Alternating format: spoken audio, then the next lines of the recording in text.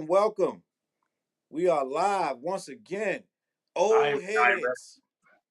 What'd you say, Dale? Live and direct. Live and direct. Old heads only. Episode 5. I know it say episode 4, but I'm gonna change that because I realized after the fact, I'm like, wait, this is episode 5. We did this the 5th episode of old heads only. How you feel, Dale? Yeah, getting comfortable with it. I'm Getting our joining. views. All right. How can you hear me? Yep. I can hear you. So long as we can hear each other, that's the first thing that matters. Episode 5, old heads only. Let me see if we live on my page, because if we ain't live, then it don't even matter. Nobody can hear us. We got comments already. Oh, boom, boom, boom. So if y'all want to comment, just I'll put y'all on the screen. And we'll go from there. Salute to those that's watching us again, returning with us. We had a lot of people saying they enjoy the content. There was a lot of people saying that they rocking with what we doing. So Dale, that's enough motivation for us, right? Yeah, keep going. Ain't So got listen. else, but I ain't got nothing else better to do. Salute. Old heads unite. Yo, I keep getting asked how old you gotta be to be an old head. In the hip hop realm of things, I think like late 30s probably old head in hip hop terms. Yeah. But you know it's funny, right? So late 30s, somebody perspective in their 30s won't even be as deep as ours though, Yeah, of I hip know. hop. Like they're gonna have a surface level, but they wasn't really there when it was created. Like when it not really created, but what we was going through in the 90s. Somebody in their 30s was around the 90s, but they was little. Yeah, they were real little, yeah. Like, let me see. Like, so if I'm even late 30s, like, yeah, you can, because a lot of stuff I talk about, I had to go back and I wasn't listening to like a lot of Grandmaster Flash and Furious 5. I was around, but stuff before them like Coco La Rock and all that, I wasn't listening to that. You know what I'm saying? Yeah. So, but I feel like Cool Hurt. I don't know nothing about no Cool Hurt for real. You know what I'm saying? Well, well, it's not that we not old enough to know about them, it's that we are from DC, Washington, DC. Now, if Yeah. we from New York, we probably would have heard all that shit. But No, we I can only get mean, what we can get living in but DC. but according to them, right, hip hop started in around 73.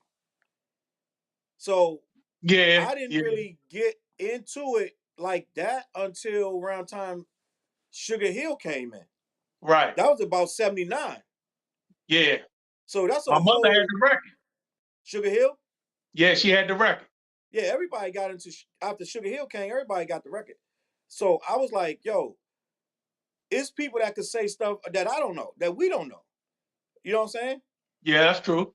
If we get some older DJs or older heads from New York, they're gonna have more knowledge about it than we do. Cause I was getting mixtapes and stuff, and we had what was that WOL down in Yeah. DC that was showing that was playing the hip hop stuff and things like that. Salute Vic in the building. So listen, I think that old heads is relative to the stuff you want to know. Cause I went back and listened to a lot of stuff that was before my time. Right? Like when we start sampling, you had to listen to a whole lot of old records you never heard before. Yeah, that made us appreciate the stuff that came before us because we were sampling a lot. Facts. Matter of fact, I'm And still sampling a lot. hell yeah. Big Young and Mom's records. Remember Big Youngin? Big Yeah. Youngin's mom? She had the craziest record collection. A lot of our beats came from her records.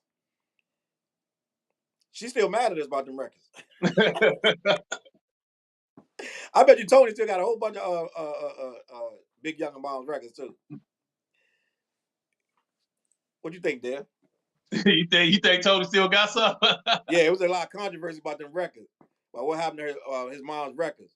I still got my mother's records. I got a lot of her records. Dog, we kind of disrespected our parents' records, bro, for real. We low key, we started acting like they were our records. Even though they was she, getting old. she got some more at the house that I'm trying to get.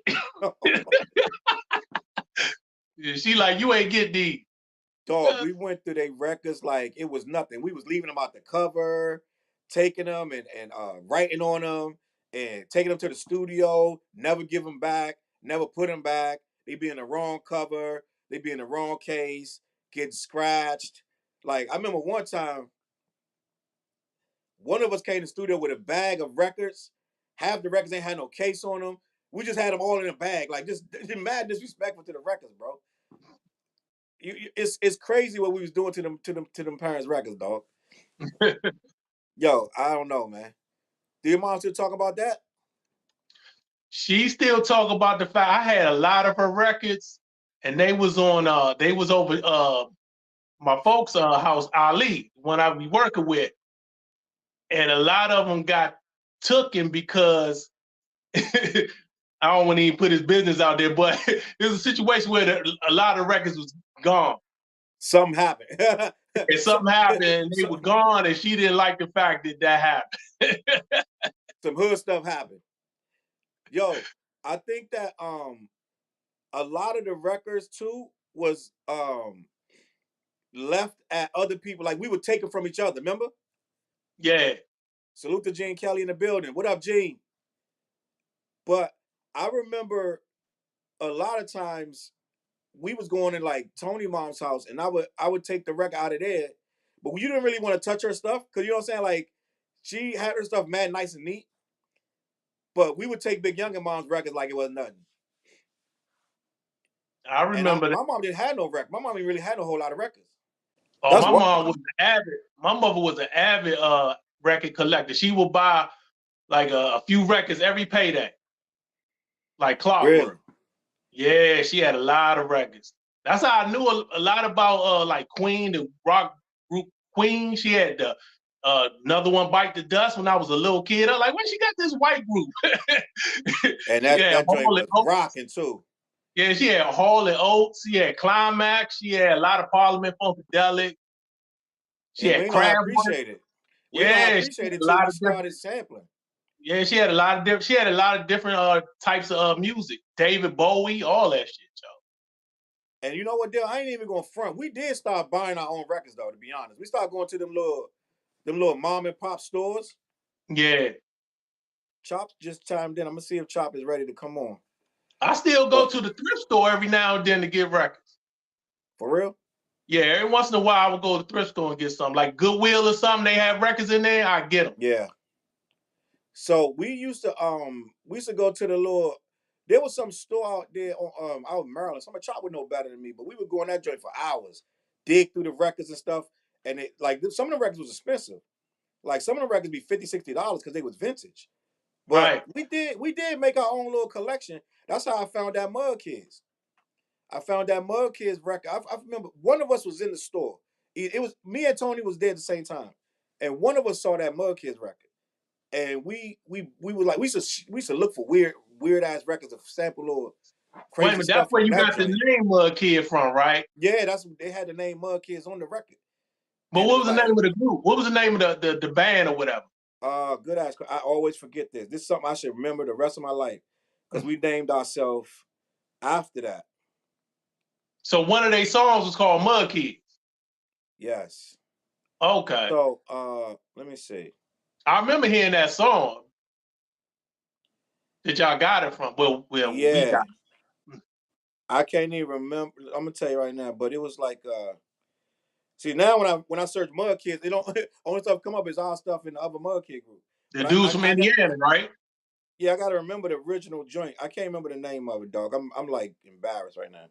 But that Mud Kids record is one of the records we bought with our own, you know, like when we was like starting the crate dig. Let me see if I can get Chop in here. Chop, you in there? We're gonna have Chop tonight, gang. Let me see if I can see if he's in there. I can hear you, Chop. I don't know, look like the video not working. I'm on my phone now. Well, we might just have to roll with you with your voice name. That'll work. That's cool. Can you hear Chop Dale? Yeah, I can hear Chop. Chop the Butcher. DJ What's Chop going on, y'all? What's popping? I guess he's gonna go through audio tonight. But Chop, while we waited for you, we was talking about how we used to go through Big Young's records, and then we start going to the record store buying our own records, like all them old funk records and all them old jazz. I used to look for a lot of jazz and a lot of weird stuff to sample. I heard you was talking about Memory Lane. Y'all used to go to over there by Memory Lane. What road was that? That was over by Forestville Mall. Okay. Yeah. Oh, I know what you're talking about. Yeah. It was in business for a long time. I think it's still in business. That'd be Okay. crazy if it's still in business. That'd be crazy. But the wild thing about it, it's a lot of record stores popping up in DC. It's a kind of like trendy upscale one that popped up over by Howard Theater that I follow on Instagram. I gotta send y'all the link to that. They got the place is real. It's real dope. I gotta go check it out. But I checked it out on Instagram. It's a nice joint. Remember me, you and Tony went to that record store out in Springfield Mall? Oh, Records and Rarities. It's still out there. I went out there the other day. Yeah, I went out there the other day. Forestville, Maryland. It says it looked like it's still open, dog. It is. Wow. It is. It It's looked still like open. Memory Lane Records still open. Yep. That's dope. When I come down, we going, bro. They got a Yelp page and everything. They open up tomorrow at 11 in the morning. Wow, Say they less. still But in business. That's crazy. But y'all know my favorite record store was 12-inch Dance Records up DuPont. Oh my God, I spent so much money up there. Yeah, Chop Up used to DuPont go. Circle. Chop used to go in there and be buying all these singles, $8.99, Slim. $9.99. Even after MP3s Slim. came in. As soon as I got paid, I was working down at the Airspace Museum. I would go to 12-inch Dance Records. I would get off at like 5, and I would not leave until they closed. And I'd be in there joint listening to everything and I would spend no less than $250 every time I went. Yeah, you had a crazy collection. Is that the store that's under the basement? It's like in a basement type? No, that one is the one that's upstairs on top of it was on top of a Subway sub shop. Oh, okay. One time you took me there. One time you took me to a record store that was like in a basement. That's what was that? What was that? Oh, I can't remember. I know exactly where it was at because it was down on H Street, if I'm not mistaken, I think. But it's another record store that you need to go to that I found in Silver Spring. It's in this office building. It's like nothing else is in this office building but this record store, and it's in the basement. It's dope as hell. Yo, listen, I love this conversation, but we're going to start the show for the people that want to see what we're talking about with hip hop's greatest storytellers. I want to have this conversation because Dale brought this up to my attention today, and I was like, that's a very good topic. Like, it's so many angles to take with this. Like, where did hip hop stories even begin? Who's the best at it? And who actually tells stories? And do they even tell stories anymore? Like, I don't even think they even tell stories anymore. TG in the building. Salute to TG. I'm gonna shout out TG real quick. Some people do. But like real stories though, like not no. It seems very far in between. Like very few storytelling nowadays. Yeah. Even from the folks I like, even from the folks I like and respect. Like within the last 10 years, don't hear a lot of stories. I still keep stories on my joints. When I do my albums, I'm always going to tell you a story. I just feel like that's a part of hip hop, and it's a part of the creative process. I can't see a record without a story on it, but it's some dude still gonna give you a story. Kendrick gonna give you a story. You know what I'm saying? Most of his raps got storylines in them anyway. But definitely, you know what I'm saying? Like, let me see. Freddie gonna give you a story. It depends on how long the story you talking about. Like, if you talking about a story from beginning to end, everybody don't do that. They don't really do that no more. Like from the beginning to the end. Does.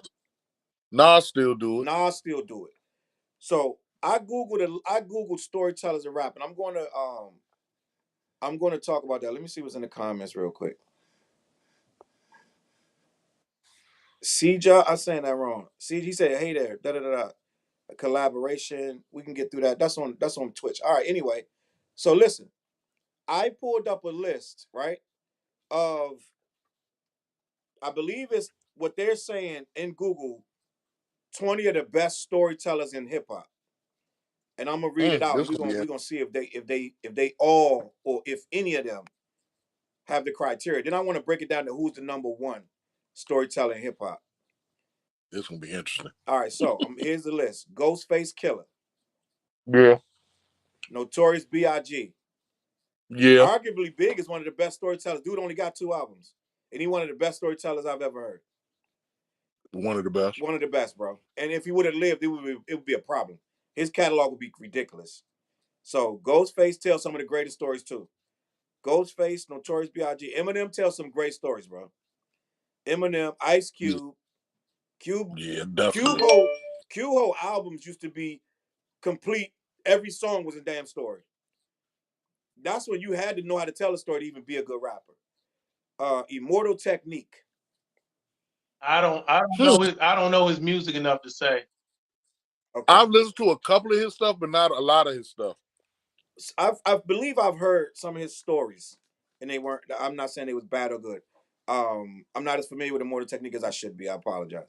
All right, Scarface, definitely one of the greatest ever storytellers.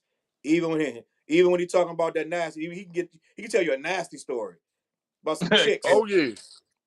Take your what do you say? Take your tongue and slide it across my. Hold up. Let me keep it moving.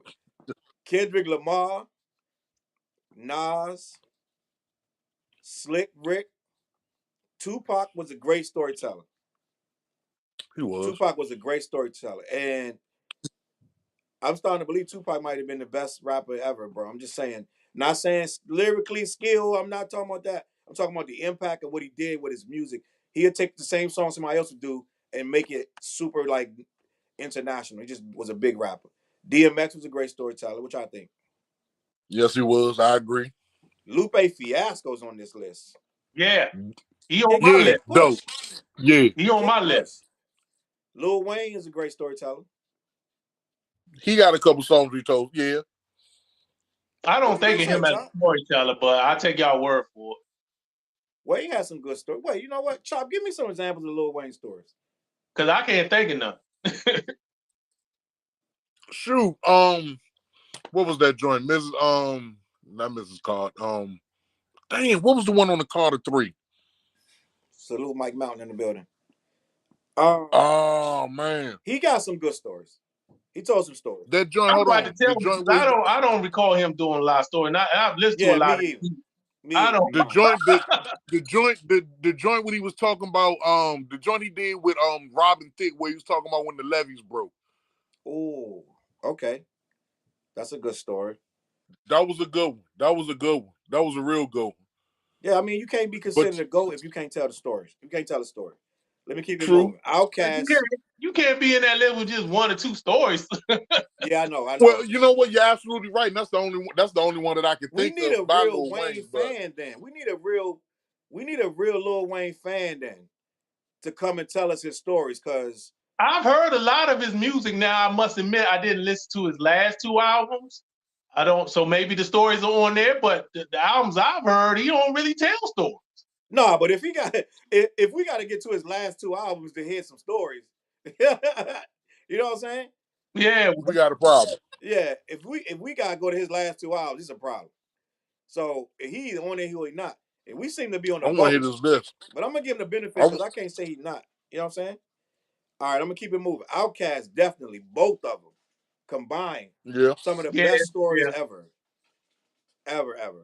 Especially on. I agree. And they held their own with Slick Rick on their record. All the storytellers, part 1, 2, 3, and 4. Facts. TG said 2 Chainz. 2 Chainz is a hell of a rapper. He do tell some stories. He tells some stories. He does. He tells some stories. Warren G. It was a clear dark night. You got to give him that just off that. Just for that song. Just for that one song. Yeah. Just for that one song, though. I don't know, Joe. I got Warren G first 2 albums, and it ain't that much storytelling, Joe. he got more than that one song, but that song tells a story so complete, and it's one of the greatest. Dog, like you can play that in any hip hop party, the whole party gonna know the whole song.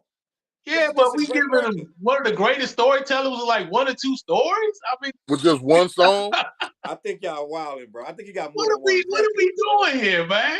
Hey Slim, you cannot give him one of great storytellers on one song. You One or can't do two, that. Yo, we got one or two stories, and we give them one of the greatest storytellers. Come on, now. We gotta stop this. You, We I, gotta stop this. I agree with Dez. I hold agree up, with Joe. Dez. Hold up, Joe. Warren G. Let me see what his. Now we gotta. We gotta figure this out, bro. Because I know Warren G got more than one story song. I want to hear this list because I got a feeling one in particular I got in mind is not going to be on that list, and he should be. Who? Master Ace. Well, let him finish the list. No, Mouse Ace has to be on there. Yeah. TG said MC8. He's right. MC8 did tell he some tells stories. dope stories. MC8 Yeah, told some of the Drive greatest by Miss stories. Daisy. Drive by Miss Daisy. Oh, What shit? Yo, listen. classic. MC8. MC8. Yeah, that's Miss a classic Daisy's in the story. kitchen. All right, Cooking hold up. chicken. Now I Ice start T. clicking. So hold up. He got Warren G got so many ways. Ain't that a story? Do you I don't remember see? that one. Uh, Do you see what I see? Was that a I remember story? that one. we got to put a pin in Warren I G. remember that song, but I don't remember it being a story. I could be wrong. That wasn't no story. I don't think that was a story neither. Because I got All Warren right. G's first 2 albums. Okay. So you know what? I'm gonna give y'all the benefit of the doubt. I'm gonna do some research on Warren G, and we're gonna put a pin in that. I'm gonna come back to Warren G. I'm gonna give y'all a benefit of the doubt. I can't add Warren G. I gotta Could be wrong. regulate. I could be wrong, but you just don't I'm come gonna to go mind. back in there. I mean, I'm just going by the list. The list said Warren G, so I just went by the list. And who else on here? Most Def. For Miss Fat Booty? Most Def got a bunch of stories, dog. Okay, now I'm thinking about it. He does. So I think that's a pretty solid list. Dale, what's up with your list? I had a list of my best storytelling songs. Okay, let's get your list of storytelling songs. Let's go. All right, this is And it my better have best regulate. storytelling joints. Razzcast, The Evil That Men Do, from his first album. Okay. Dope. He tells a whole story about how he went to jail for drunk driving. Yeah. He killed somebody with a vehicular manslaughter or something like that. Can I be honest about that? Razzcast vehicular manslaughter? I thought Razzcast, I'm gonna be honest, was a sucker for going on a run for that. No, this is the story because he got caught twice doing that. This is the story where he got caught and he went to jail for it. Yeah, but he went on the run this for is before he got his record deal. Right. But go ahead. He ended up getting caught again for DUI in the middle of his career, of his rap career. Yeah. Go ahead. Then you got Ice Cube, My Summer Vacation. Yeah. Classic. And Alive on Arrival, both on the Death Certificate album. All right. I can relate to both of those songs. Then he got the Master Ace joint, Who You Jacking, on the Slaughterhouse joint. Mm-hmm. Classic. That's when he rapping with the girl Paula Perry. Yeah. And they rap about she getting jacked and she sliced the dude that's trying to steal rob her and shit. Gave him a $150. Then you got Lupe Fiasco, The Cool, which is on the Fruit album. That's a great story. Then you got Ghostface, Killer, Max from his Bulletproof Wallet album. Shaky Dog, my favorite. Yeah, that's one of his good ones too. And you got Nas, Second Childhood. Yeah. Classic. And What Goes Around Comes Around on that same album, Stillmatic. Classic joints. Then you got Jay-Z, Meet the Parents. Oh. Blueprint 2. Then you got Jay Kendrick got better Lamar. stories than that, though. Huh? Jay got better stories than that, but I hear you. Go ahead. That's one of my favorite stories from. All right. Yeah. And then Kendrick Lamar, you got How Much a Dollar Costs, which is on Pimp a Butterfly joint. Yeah, of course. I love that song. And you got Duckworth, that's on the Damn album. Mm-hmm. Then this is one gonna fuck y'all up. Y'all probably don't even know this joint. Dale the Funky Homo Sapien, The Wacky World of Rapid Transit, where he doing a whole story about him riding a bus and getting harassed on the bus, him trying to get. I know that. That's off the first album, ain't it? Yeah, it's from his first album. I heard that one. That's a good underrated storytelling joint. So that's my best storytelling joints that I wrote down. You know what I'm gonna do? I'm gonna go off the head and give you some of my favorites joints. I'm just gonna go off memory, bro. One of my favorite story joints is Biz Markie. He got like 3 of my favorite stories. The Vapors. Yeah, that's a classic song. Picking Boogers. Not Picking Boogers. Picking Boogers. And Just a Friend. Right? And then Nas Rewind. Yeah. I like that. KRS-One. I got so many KRS-One joints, but I'm a blunt getting smoked, and I can't wake up. Oh my goodness, that's my favorite. That's one of my favorite joints. KRS. Oh, and 13 and good. 13 and good. Although 13 and good ain't aged well, bro. It did because in the age dog. we in now, yeah, Love gonna get you is a story, right? Love gonna get you is a very good story. And it's one more. Damn, mostly he's 9 times out of 10 he was rapping in a story, so it's hard to pinpoint. I'm surprised y'all ain't said I give you power. I was gonna say that, but I was gonna say that and Tupac's Me and My Girlfriend, because they both very similar. My girlfriend. I give you power, all right, but I like Rewind better than that. I think Rewind one of the greatest stories in history of rap, bro. I think I Give You Power is one of my favorites from Nas. Yeah, it is. It's a classic. One of my favorites. It's a classic. I agree with you, Chop. What's the name of that NWA joint where they go, I had to kill One Less Bitch? Yeah, One Less Bitch I gotta worry about. One That's Less my Bitch. joint. One Less Bitch, one of my joints. And then say NWA Gangsta is a hell of a story, Joe. Yeah. Oh, and Ice Cube, you a stupid motherfucker. Which Ice Cube joint you said? Dope Man. You talking about Dope Man? Oh, Dope Man, that's my joint. Yeah, which Ice Cube joint you named? The NWA joint, Gangsta Gang. You talking about Ice Cube solo? You named the Ice Cube solo joint. Yeah, it was My Summer Vacation and a live on Arrival. All right, I'm gonna say Ice Cube, Horny Little Devil, Can't Catch a Nut. Horny Little Devil. Horny Little Devil, Ice Cube. And let me see. Oh my God, I got so many, bro. I'm gonna go ahead and do Common, the joint where they broke into his house. Oh, that's a great one. Great Is it story. like it's a 3-part? The name of that? Yeah, it's a 3-parter. Yeah. The what? It's a 3-part. It's a 3-parter. Yeah, dog. That's one of the greatest stories in hip hop. That Common, is that on Water for Chocolate? No, that's on One Day It All Makes Sense. One Day It All Makes Sense. Them 3 parts of that joint, when the whole story, when it comes back around, it's his man that's with him that robbed him. You know what I'm talking about? Yeah, the whole song is about somebody broke in his house while he was on tour. His man was helping him look for him and everything. And his man was the one that robbed him.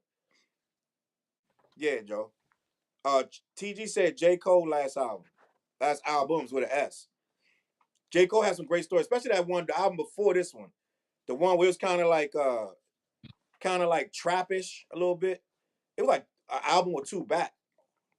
He had a bunch. The whole thing was like a story. Almost the whole album was like a story. What's the name of what's the last albums there? Or Chop?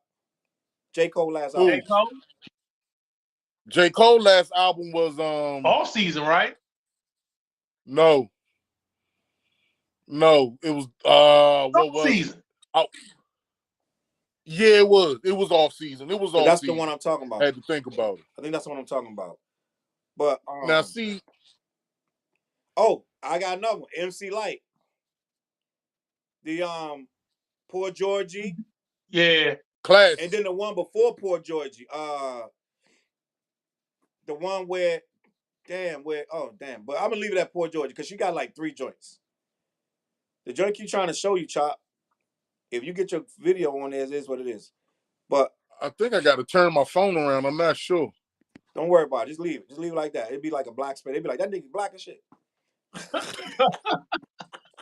Now, I got a couple, I got some off the top, but I have a lot. I have a lot of MCs that I think is off that list that need to be noted. Okay. One, who did I say before? Master. Master Ace. Master Ace. Ice-T need to be on that list. Yep. Devin the Dude need to be on that list. Yep. Because Devin always telling stories. And my favorite album from him is Waiting to Inhale. That's my favorite album from him. Okay. As a matter of fact, I think every song on that album is a story, if I'm not mistaken. Oh, Chop, hold on, Chop. Did you give access to the camera? You got to look down and look below, and it'll be a camera. If it's a red line through it, that means you. No, ain't no red line through it. Okay, go ahead. Keep on. Keep going. Yeah. Devin the Dude, Master Ace. You already said Scarface. Oh man, it was two more that I had in mind. Oh my goodness, Scarface. It'll pop in my head. Some more pop in my head, but one good storytelling joint, two good storytelling joints that y'all didn't say was Big. I Got a Story to Tell, and the other big song where he was talking about at the end of the joint, it was like a shootout in the hotel. Niggas bleed. He said the dude. Niggas bleed. Yeah, niggas bleed. That song, them two joints. Those are amazing. Oh my god. But what about Ghostface joints though? God. What about Ghost got so many. Wildflower. My favorite Ghost is Shaky though. Man, I love Maxine. Maxine, my shit. Maxine, he gonna kill me. And what's the other joint with the roaches in the cereal box? All that I've got. Oh, all that I got is you. Yeah. All that I got is you. Nah, he got another storytelling joint on that Bulletproof Wallace where he used like cartoon characters and fairy tale characters. Oh, it's a little something. I listened to that joint the other day. Force or something like that. Ricochet Rabbit had a habit. It's something like that. Joe, that song is like that. Yeah. That song is like that. Now, with all that being said, there's a crown for one man, dog. There's a crown. Slick Rick is the godfather. Storytelling crown. And it's one man. His name is Slick Rick. Slick Rick is the godfather. Hold up. Before you say Slick Rick, would you say that the first story? No. I guess you can't say that The Message is the first storytelling rhyme. So listen, The Message is not the first storytelling rhyme, but it is the PSK? It is the most engaging and the most realistic storytelling rhyme. But actually, okay. Honestly though, it might be because every time I hear something before it, it's not a complete story like theirs is. Well, when did 6 in the Morning come out by Way Ice-T? after that. Way after The Message? Okay. No, that's probably, I'm going to be honest, 6 in the Morning might be 7-8 years after The Message. 7 or 8 no, it years? Ain't that long. It ain't that long. Listen to what I'm telling you, bro. Listen to what I'm telling you. Let's look it up. Message came out like 78, 79. No, Message came out. I want to say 80. Hold on. Message came out in the 80s. 80. Yeah, Message came out like 80. 80. Hold on. Let's look it up. You're right. Let me look it up. Hold on. Give me a second. But it ain't. It came out like in 83 or something like that. Hold on, bro. Hold on. The Message. Because I just did a whole thing about this. The Message came out 82. I was close. Okay. I said 83. You're right. I'm bugging. I was thinking about something else. So give me a second. So 6 in the Morning. Well, I got a feeling that's like 87, 88. 87. I think earlier than that. 87. 87. 5 years apart. I said 6. Okay. It was 5 years apart. I said 6. Gene said 87. So it's 5 years apart. You know how much happened in 5 years? A lot. Oh, hold on. EPMD. What the Jane joints? Jane. Yeah. And Gold Digger Joe, they had LL Cool J had a lot of stories joints. Yes. Yeah. Dog, I played Please Listen to My Demo probably 8,000 times, bro. We had to play ourselves in the Fresh Dip gear. And Redman had the Superman Lover joints. Yes, he did. Please Listen to My Demo is why I know the FDR Drive is in New York. You got to drive the FDR Drive to get downtown to Manhattan. That's why. Well, hold up. What about the other EPMD joint you overdid at Holmes? You had too much You to drink. overdid it, Holmes. When I'm done with you, you'll be working in Alaska. Classic. Yeah, classic, bro. But no, so Ice-T, that 6 in the morning was way after. And you gotta think Schoolie D had already dropped before 6 in the morning. So when did Saturday Night come out? Saturday Night by Schoolie D. Probably a year or so before Ice-T joint. I'm thinking 86. Well, hold on. Was his first joint Saturday Night or was it PSK? PSK was on Saturday night, I believe. It was on that album. I think so. Because I always think that PSK came out before that, but it might have been the first single off that. PSK was 1985. Ah, I'm and thinking Gucci 86. Time was 1985. PSK, we're making that green. People always say, what the hell is that What mean? the hell does that mean? P is for the people who can't understand how one homeboy became a man. Became a man. For the way I scream and shout, one by one. One by one, I knock them K out. for the way my DJ's cutting. Other MCs, man, you ain't heard nothing. Ain't saying nothing. Ain't saying on nothing. and on to the break of dawn. That was my joint. That was my joint. That was my joint. That was my joint. Gene said Superman Lover. Redman. Yeah, I said Redman. Yeah, Redman got to be in that. Redman got to be in that. Yeah, he do. So then would you... So then Eazy-E got to be in that. He do. Because Eazy he got... Hold on, what was it? At the same Not Dope time. Man. Hold on. My man Kilo G. Hold up. We got to get this Eazy-E verse. Hold up. Easy Does It is a story. Hold on. Show enough is. How does Easy start? Hold it, Chop. I need this. How did Easy join? Woke up in. Hold up. I need this, Chop. Woke up quick at about noon. Yeah. Just thought that I had to be in Compton soon. Yeah. I got to get drunk before the day began, before my mother start bitching about my friends. Yo. Yes. Yes. Dog, you don't realize Easy was really for everybody at that time. Like every nationality could listen to Easy and relate. His first But you know what?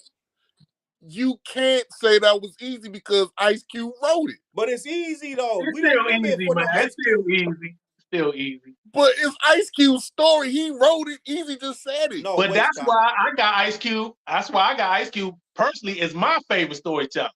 Chop, you right? You right. But it wasn't Ice Cube. It was Eazy-E. And that's who we related to. It wasn't Cube, bro. You only knew it was Cube. Matter of fact, you ain't even know it was Cube till years later. True. But Cube wrote it though. Right? But I mean, it's a lot of classic joints that Dre joints got some classic joints. He got some stories. Right? He do. Oh yeah, and TG said Jizz in the Coop. Oh, the Coop got stories. Yeah. Yeah, they do got. I didn't follow the Coop as much, but I heard a couple of them. They did have some stories. Coop got stories. And he's still telling. He got a podcast. Gene said Dana Dane. That's a fact. You got to put Dana Dane in there. You got to. You got to.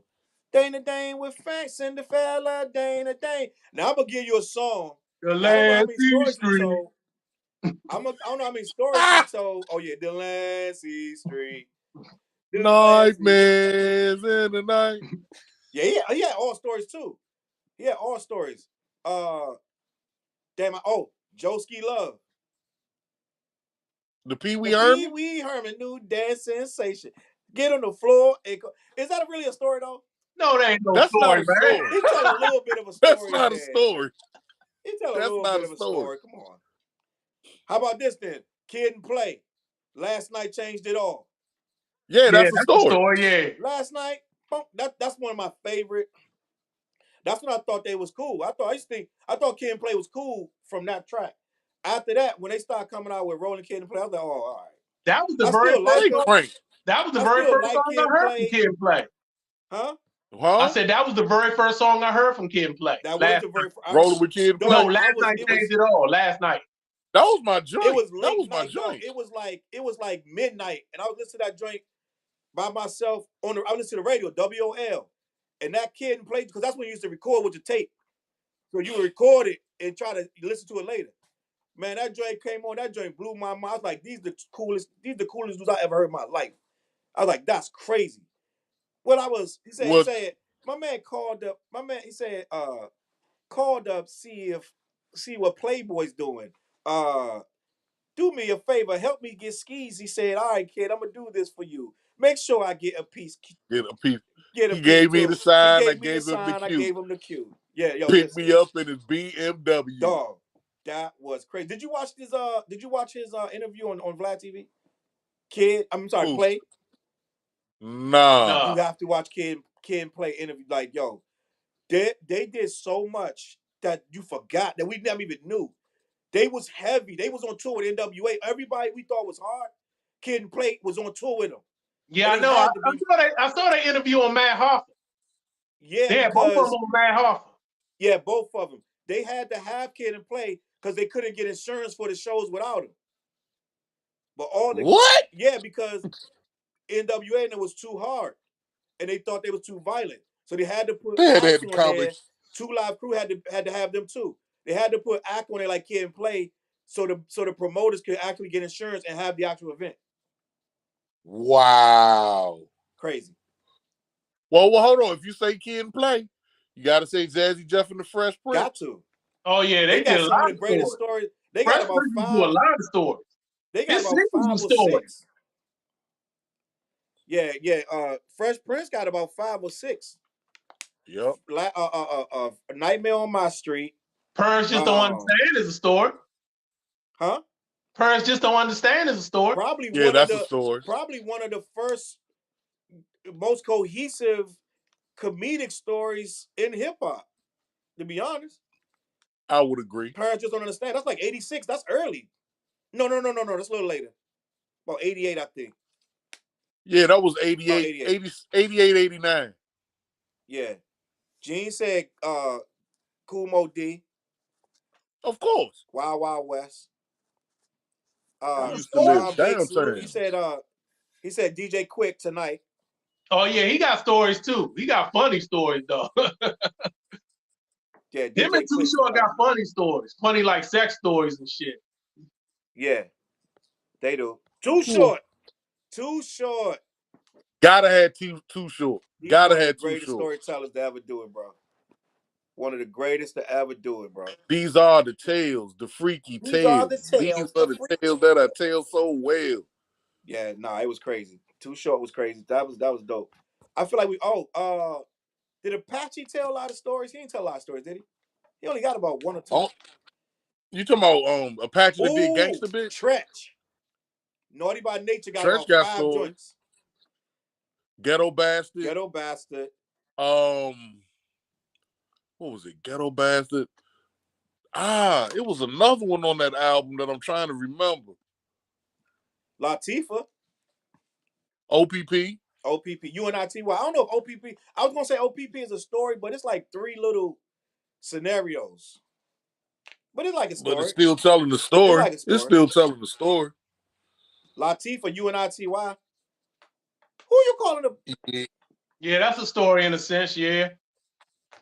But see, we going off track. Yeah. We talk about songs, whatever. But who would you say top?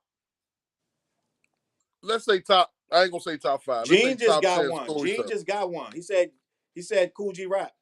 Oh yeah. Oh hell yeah. Especially that third album. That third album, he telling a lot of stories on that joint. Yeah, Kool G Rap gotta be added in. Gotta be added into that scenario.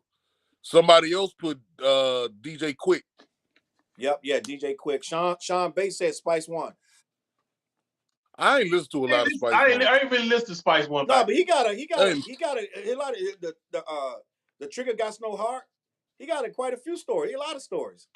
I say Spice One. So I'm not familiar with it. I'm not familiar with it. So y'all gonna say UGK? I don't remember a lot of stories from them. UGK, did they have a lot? Nah. I think they did. I didn't listen to everything. I don't recall. I got their first, I got their second and third. I don't remember too many stories. What about E40? I didn't listen to E40. I didn't listen. I listened to like 2 albums from E40. He had a couple stories. Okay, what about King T? King T could tell some stories. King T told a lot of stories. Yeah. King T definitely. One of my favorite albums of all time, the Trifling album. Yes. I got stories for you. Problems. What was me? I'm having problems. Went to Carville to get a milkshake. Tried? Yeah. Yeah. Holding the pistol at Santa Claus joint? Yeah, but that's Daylight. That's Daylight. That's what I'm saying. Millie pulled. Yeah, Millie pulled a pistol on Santa Claus. Yeah. I like that. Tribe got a good 6-7 story joints. Easy. But I think Daylight got more than them. They probably do. Daylight was more conceptual. What about this? If you were worried about where I've been and who I saw all. The Roots did tell a lot of stories. Yeah. Sean Bass said X-Clan. The red, the black. I remember a lot of stories from X-Clan. With the I don't remember a lot of stories. They were dope to listen to, though. Y'all bugging out. They did. He almost always told stories. I don't recall that. And I had his albums. I don't recall a lot of stories, but okay. What about your boy Chuck D? Man, not a lot of stories from Chuck D. You wild. I got a letter from the government. I said a lot of stories. I said a lot of stories. By the time I get to Arizona. By the time I get to Arizona. Black Steel Hour Chaos. Would you say no? Fight the Power is not a story. You know who told a lot of stories, but they was goofy stories? Beastie Boys. Me and the Paul Revere. Mike D. Paul Revere. Classic. Had a little horsey named Paul Revere. Yeah. It's me and my horsey and a quart of beer. Playing that joint on repeat. On Slim, that whole album to this day is still one of the best albums made. Facts. Let me see, bro. All right, so we're gonna move on because I think we hit a bunch of stories. LL had a bunch of stories. Run DMC had a bunch of stories. But LL was right for Run DMC. Oh, P Rock and CL Smooth. Yes. That's arguably the greatest story. Y'all just naming people, and I'm like, I don't remember all these stories for these folks, Joe. But no, we're not saying they're the greatest. We just talking memory lane type shit. We're not saying he's the greatest, but this is right now. You say a lot of stories. I'd be like, I only remember like 1 or 2 for these folks. But okay. No, hold up, Dale. Hold up. Your boy, P Rock, almost exclusively wrote as he was telling stories. His rhymes are like stories, bro. He was always talking to you about some like real life stuff. It always seemed like stories. You talking about P Rock or CL Smooth? I'm sorry, CL Smooth, not P Rock, non-rapping ass. I'm talking only story I remember for CL Smooth is Can You Reminisce? I don't remember no other stories. And I listen to P Rock CL Smooth. He got other stories there. You got to brush up. No, I listened to him, and I listened to him recently. He's not a lot of stories. Okay, all right. I got to go back and listen to their catalog too. Then I got to go back and listen to their catalog. You know who used to tell those stories? Smooth B. I want to get blooded, my brother. Do you have another? Smooth B. Them Bama's did have some stories. Smooth, Nice and Smooth. Nice and Smooth had stories, bro. But it was mostly Smooth. They were funny stories. Oh, I left hold my on, Philly at home. Gangstar. Do you have another? Gangstar. Just to get a rep. Oh man, Gangstar. Just to get a rep. Stories. Yeah, Guru Gangstar had a lot. They had All for the Cash. That was a story. Just to get a rep. All for the Cash. The Rap Grows Bigger, I think, was a story too. The Rap Grows Bigger. Now I'm getting a brain fart because I just listened to their catalog the other day. They don't have a lot of stories though. They got some, but not a lot. TG said Heavy D. One thing about I listened to a little bit of Heavy D, but not a lot. So the thing with Heavy D, I did listen to Heavy D. I'm not gonna lie, he does have a couple stories, but So it's like by the time Heavy D came along, I was in the other stuff. We was in the more harder stuff than Heavy D. More We intricate respected him stuff. though. He can rhyme. Yeah, he had some good songs. He was entertainment. Heavy He was D's music entertainment. was like, let me see, comparable to right now. Heavy D was the Rod Wave of that time, like low key, like not even because he was even more for commercial at the time. Heavy D was commercial. He wanted. He He like, I'm out was. here to Then make money. he I'm not tried here to to, get hard. huh? I said he was, but then he tried to get hard at some point in time. I remember he did a song with 8 Ball and Big Pun. Yeah, the '90s was a wild time, bro, and it became at a moment though. To be honest, everybody had to try to be hard at one point. At one point, the '90s got so crazy. Like around that time, after Kwame fell off, and Onyx came in with Throw Your Guns, Black Moon, and all that. At one point, you wasn't even getting on. Nobody wasn't even playing your stuff if it wasn't hard. At one point, it was a prerequisite that it had to be like stuff was sneaking like Ski Low and little stuff. But at the end of the day, It had to be grimy. huh? It had to be grimy and hard. Everybody wants to be grimy. Yeah. So at one point, I can't blame dudes, man. At one point, even our stuff changed because we was more backpack hip hop. Then we got on some like, you know what I'm saying? We started to get edge to us and we started doing street songs and like it just got a little more. Everything took a turn, bro. That's like who got hard? I know Hammer tried to get hard. Like he was hard in the He went to streets, Death but his Row. music wasn't hard. He went to Death Row. Yeah. Bumps in a bump. I try to forget that stuff, but okay. We like the girls with the pumps in a bump. Pumps in a bump. Did you buy pumps in a bump? You know what I saw today? But who would Before we talk about storytelling, who's the greatest at it of all time is I saw Steezo video it was on Twitter. Somebody put Steezo. And what is my turn? Huh? Yeah, my turn. Which No, still it's bang my to turn. this day. Yes, it does. Still bang to this day. That's one of the most sampled beats ever. And yeah, this dude had on low key, literally had on hammer pants dancing. Yeah. You know that was back in the Yeah, you that was back in the day when New Edition came out and they wore the Muslim pants and stuff with the If It Isn't Love. Yeah, that was the style back then. But we gave Hammer all kind of shit for it. His pants was too damn big. You know he passed away not too long ago, right? Who? Steezo passed away like 2 or 3 years ago. Oh yeah, I know. I thought you said Hammer. I know Steezo passed away. I grabbed his new album, the album that he made before he passed. Oh, I didn't even know he made an album. Actually, I think I did know that. So, bro, listen. Storytelling now, like Skyzoo still tells stories. Yeah, he does. Yeah. Yes. Skyzoo that whole last album is pretty much a story. The joint where he got inspiration from the Snowfall joint. Yeah. Oh yeah. That whole album is a story. That's pretty much a story. The whole album. That album is dope as hell too. But let me ask you a question: as hip hop progresses, have we outgrown the stories? No. Do we need the story? Because it seems like we just said earlier, they're not really telling them no more. And it's still rolling. Hip hop's still going. So Me personally, I guess they don't need it. I guess it don't need it then. No, personally, I think we need it for the simple fact.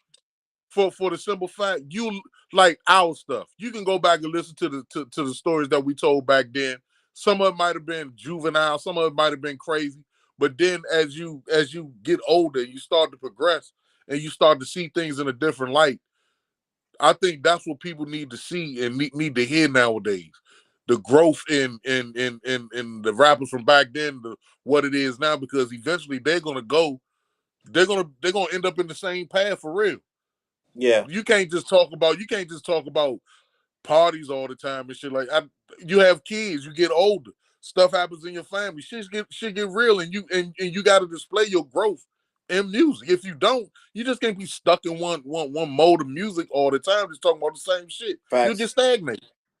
Facts. Do you think they not doing stories nowadays because it's not an easy thing to do? I mean, writing a story with a lot of detail is not easy to do. I think now they just going after the bag. They lazy. They just doing whatever they make money. They lazy, Dale. They Yeah, lazy, bro. they are. They lazy. And salute. The TG said Elzai, and he said Royce the 5'9". Royce the 5'9", yes. Yeah, Royce tell a lot of stories recently, yeah. I think Dale, and I'm gonna be honest with you, bro. It's a lot of, and I've been knowing this since the late '90s, early 2000s.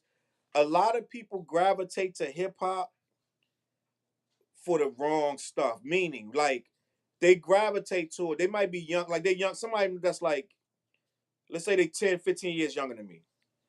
And they start listening to hip hop. Oh, they like this artist, da da da. They get into the game because they start liking, for lack of a better artist, Soulja Boy or whoever. Like, you know what I'm saying? Or I'm not even gonna put this on Soulja Boy. I'm gonna go even deeper than that. Let's say somebody that like Redman. You came in the game and you started liking Redman off the rip, right? So you start liking Redman, and then you start liking artists similar to Redman. You start liking a lot of like East Coast bully foot stuff, da da da, whatever, right? And that's all you really on. So once you're only on that, and you're not taking in the tribes in the day line, you're not taking in all this other stuff, and especially I feel like people that don't live the hip hop life. And what I mean by that is me, you, Dale, me, you, Tony, Juan, all of us. We'll mob up and go to shows. We'll mob up and go down Howard Homecoming. We'll mob up and go to the hip hop conferences, mingle with other rappers. We would go to, what's the thing down at did I say Howard Homecoming down at we would go down there. We would go to different record stores, try to put our records in there. We would go down there and meet with people in front of there. We would go to breakdance and things and dance. We would live that lifestyle. You know what I'm saying? We would frequent stores that sold clothing. We would meet at record shops. And it's just a certain thing. And when you're not involved in none of that, all you're thinking about is the music. So when all you know about this is just the music and how the beat's supposed to be and the punchlines, you start only looking for that little thing that you can gravitate to of how was the bars, how was the beat, you know what I'm saying? So to break down what you said, pretty much there's no community in hip hop. There's no more. If you The think community about is dead. They there's no community in hip hop. They coming in just looking for who got the bars and who sold the most. You know what I'm saying? Yeah. And if all you're worrying about is who sold the most, like somebody like Mos Def means nothing to you. You know what I'm saying? You clowning Mos Def over the Drake comments because you don't understand that it's way bigger than just Drake got a lot of money, sold a lot of records. You know what I'm saying? So it's like they coming in, they looking at who sold the most. Well, let me do what he doing. You know what I'm saying? So it's like it's really different because they're not getting a full view of this thing, and they don't understand it. They don't understand being outside down in town DC at 3 a.m, just ciphering with other dudes that you don't know, just spitting rhymes together. You know what I'm saying? They don't get that. That don't mean nothing to them because they've never been there. They don't understand that. Or being in the car 7 deep going to see freaking Slum Village somewhere. You know what I'm saying? At a show. Actually, right. All of that you said just pretty much made, if you think about it, it just made us knowledgeable about other stuff that was going on in our cities, and rap wise and hip hop wise, not just with the rap, but with everything, the DJing, the producing, and everything. And it's like now it's pretty much like, okay, let me be one of the biggest dudes in my city, so when I step into a club, I can ask for this much or right. do this. It's like it's no coming together. And if you do come together, you got to pay a dude just to, all right, I'm charging this much for the rap on your song to get my bars. Right. Like, come on. Back then, we would just get on other people's shit just because we fuck with them. Yeah. And it's also like it's a laziness where you can do some mediocre stuff and they'll still run with it. You know what I'm saying? Back then you had to be a little more creative. And yeah, stuff slipped through and stuff. You still had whack stuff, but you had to be creative, bro. And think of some really, really intricate stuff or better stuff to get your stuff heard, because it was so much stuff trying to flood that they gatekeep. They had the gatekeepers was strong back then. Now there's no gatekeepers. You can just, which is better or worse, it don't matter. I don't know if that's better or worse, but you can just make a song right now. Yeah, Y'all can make a song tonight, throw it up, and then I can put it worldwide, and that joint could be trash. But it doesn't. There's nothing to stop it. No one can. You know what I'm saying? No one can say it's trash. It is what it is, and that's the curse. So they ain't got to make no. They was. I want to say 10, 12 years ago. They started bragging about doing songs in 20 minutes. They were like, we do a song in 15 minutes and go to the next. That ain't no brag. That's nothing to brag about to me. That ain't nothing to brag about. Then everybody was bragging about they didn't write no rhymes down. They didn't type no rhymes down. They just go straight off the head. Off the head. Ain't nothing to brag about. Sound like you need to write some shit down. Had to stop. What'd you say, Dale? It sounds like you need to write some shit down. Yeah, write that shit down. You said you need to write some shit down. And for a while, Nas was doing that where he was going off the head. And that's when some of his stuff was suffering. And some of the worst time of Nas's career, to me, when he started to slip and started going down, was when he was going off the head. I don't know if y'all remember that. Nas would go in the studio, just rap off the head. They would take the best parts and then put the song together. I never heard of that. Yeah, I ain't heard of that neither. That's around that Nostradamus era. Nas was like, yeah, I don't even write down no more. But he stopped doing that. But he was like, for a while. I wasn't a big fan of that album. Huh? I wasn't a big fan of Nostradamus album. I like that album. But I mean, it has some joints on there. And you know how you be like, I ain't like that album, but then you go back and be joints on there. Yeah, I like some joints on there, but overall it's not a good album. Yeah. So it's like they don't need to push themselves because there's nobody pushing them. Like, I'm going to be honest, bro, and it's no disrespect to NBA Youngboy, but when you could crank out 10 albums in one, like, you know what I'm saying? He put out 10 albums in a year. What? Like 10 albums? You don't know that because you don't listen to him. But his fans, every time they turn around, it's because he's on house arrest. So he putting out 10, 15 albums like in a year, dog. Like, it's crazy. Like, how much quantity, how different can that sound? Every time you drop an album, you're supposed to be in a different space. You know what I'm saying? Wait. I be thinking, I think Griselda and Currency be putting out too much stuff at a time. And I like them, but they do drop a lot of stuff. I be like, Currency, you gotta slow down, Joe. This putting out an album every few months is just too much, Joe. You know why he's doing that though? Is because he's looking at it like, this how I eat. Some dudes got quality when they put out an album. Some dudes don't. Some dudes are really good at what they do. Now, I don't listen to all that Currency stuff. I'm gonna be honest with you. So I can't say what he's doing it right. I like him, but I can't keep up with him. Like, yeah, you can't. Well, hold up. Yeah, he don't let that. Did y'all know? Did y'all know that Papoose 1 year dropped the album for each month of the year? See, I didn't know that's too much. That's just too much. No. I got all of them because he named the albums the month that it came out. January 1st. Oh, yeah, the concept with it. Each month was a new album, and it was like, I want to say between 7 to 10 songs each album. Slim. Pap is a monster, Joe. See, I didn't even know. I heard something about that, but I never really. I got all of them. Pap is a monster. Right Joe. now, streaming is crazy. So the more you put out, they say as an artist, you should be doing no less than four songs a month anyway. Like, you should be doing a song a week, just dropping them. They like, don't even wait on albums no more. Because the streaming. But this is the thing. Well, that's different. That's different if you're putting out loosies. If you're just putting out a few songs every now and then, you know what I'm saying, on a frequent basis. But you talking about whole albums, like, yeah. But no, this is my thing.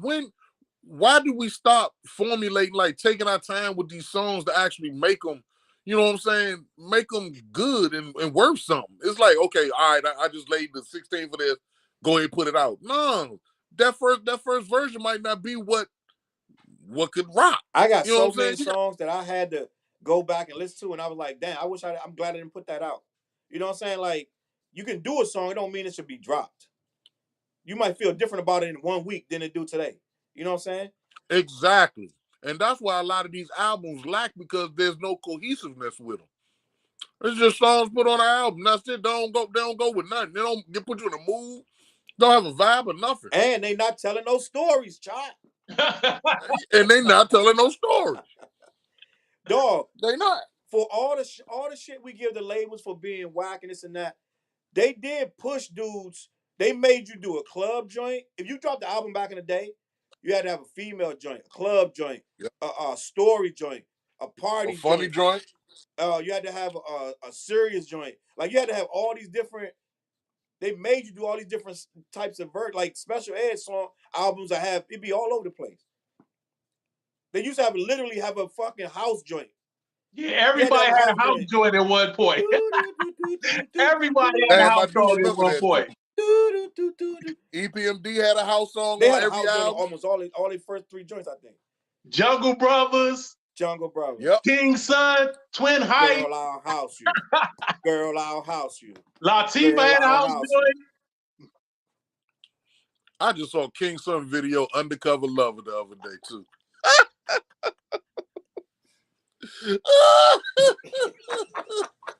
That video, Slim, go look at that video, Joe. That Joe dated like shit. Undercover Lover. Yeah. Yo, we used to love stuff like I ain't never really. So King Son, really, I wasn't into King Son like that. I didn't think it was whack though, but I like this house song. Yeah, he had a house song. I'm about to lose control. Oh Jeez. yeah, that's when rappers could make house songs. They had some huge house songs back in the day. Do it to the crowd. Remember Do It to the Crowd? Twin Heights? Oh yeah. Not Do It to the Crowd. Twin Heights. Don't keep me waiting. Do It to the crowd. My house. Dog, go back and listen to Latifah's first album. She got some bangers on there. Give me body. Wrath of My the remix that 45 King did for Latifah. Yeah, she got a house joint too. Smacker, dog. Smacker. Go back and listen to that first Latifah, that Wrath of My Madness with that 45 King remix. Shoot, your boy Special Ed had a house song. Yeah. Dog, you know what? We should do, you know what the conversation we should do real quick? Producers back in the day that we thought was really, really dope. That nobody talks about now. Like Mark 45 King, Sam Sever. Yeah. Ooh. Sam Sever was one of the dope. White boys too. I forgot about Sam Sever. White boys produced for Third Base. The whole album bang.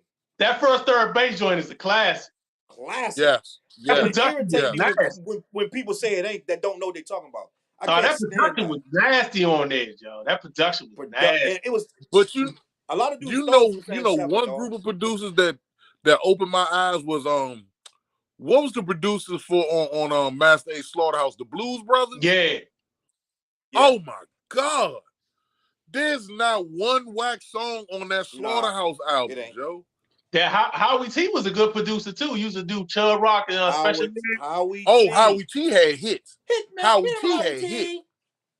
Hitman Howie T. Herbie Love Bug. Herbie had a lot of joints. This is called him a beat biter though. This is called Herbie Love Bug beat biter. Herbie was Puffy before Puffy, Joe. Yeah, he definitely was. He was. I'm sure Puffy imitated him and wanted to be like him, because he was doing it. He don't get enough credit in the hip hop. No, he don't. He don't. He brought us about 7, 8 bona fide superstars in hip hop. Yeah, Kid Pepper, Sweet Tea, Chub Rock. Chub Rock. He was the first one with a whole roster. What? I'm talking about Herbie Love. My bad. Herbie Love Bug. Herbie was the first one to have a full roster. He brought out Kwame. Yep. Well, Kwame did a lot of production with him too. Yeah. Who else we got? Damn, they did Cube joint. Bomb Squad. Oh, you talking about the Bomb Squad. Third Jenks from the West Coast. He did Death Certificate. Only thing about Bomb Squad, Death Certificate. Bomb Squad make bangers, but they specific for the person that they made them for. Because Ice Cube joints bang, but I couldn't see me robbing the Bomb Squad beats. They did Public Enemy joints. They did all Public Enemy joints. Everything for Public Enemy fit perfect for Chuck D. Everything with Ice Cube fit perfect for Ice Cube. But you know who I thought? No, go ahead. No, but you can't see just anybody rapping over them beats. Like If you put just regular spitters on them beats, they wouldn't even sound right. A lot of them Public Enemy They beats, wouldn't. they really specific. They were tailor-made beats.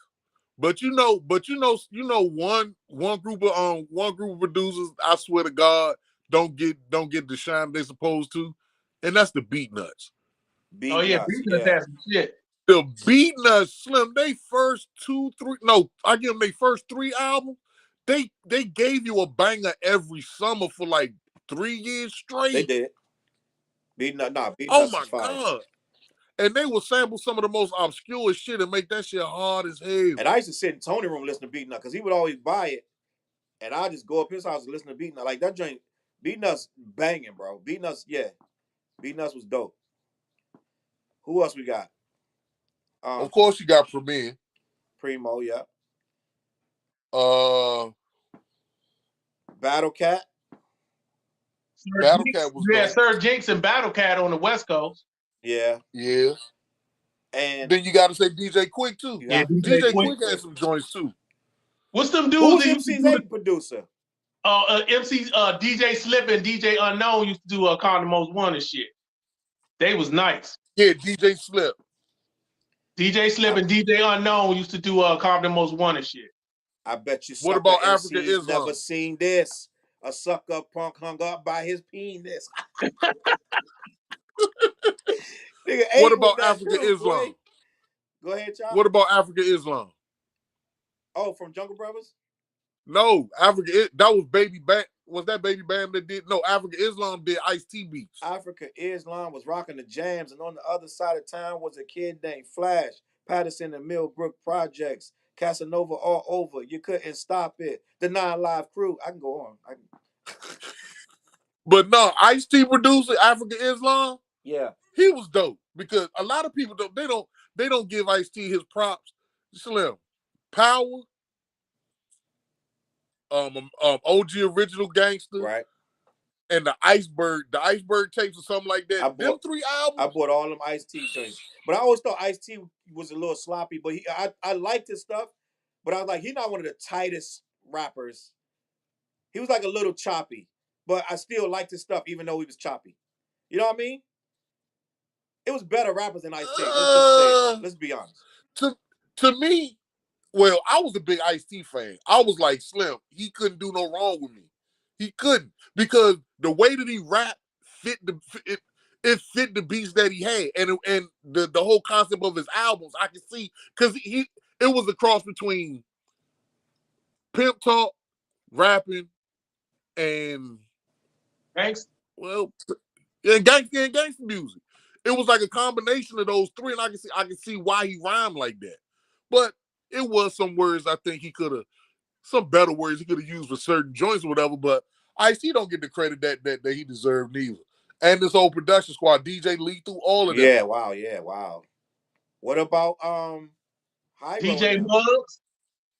Oh, of course. Muggs. Did all the Muggs, he used to make some shit. House of Pain. House of Pain.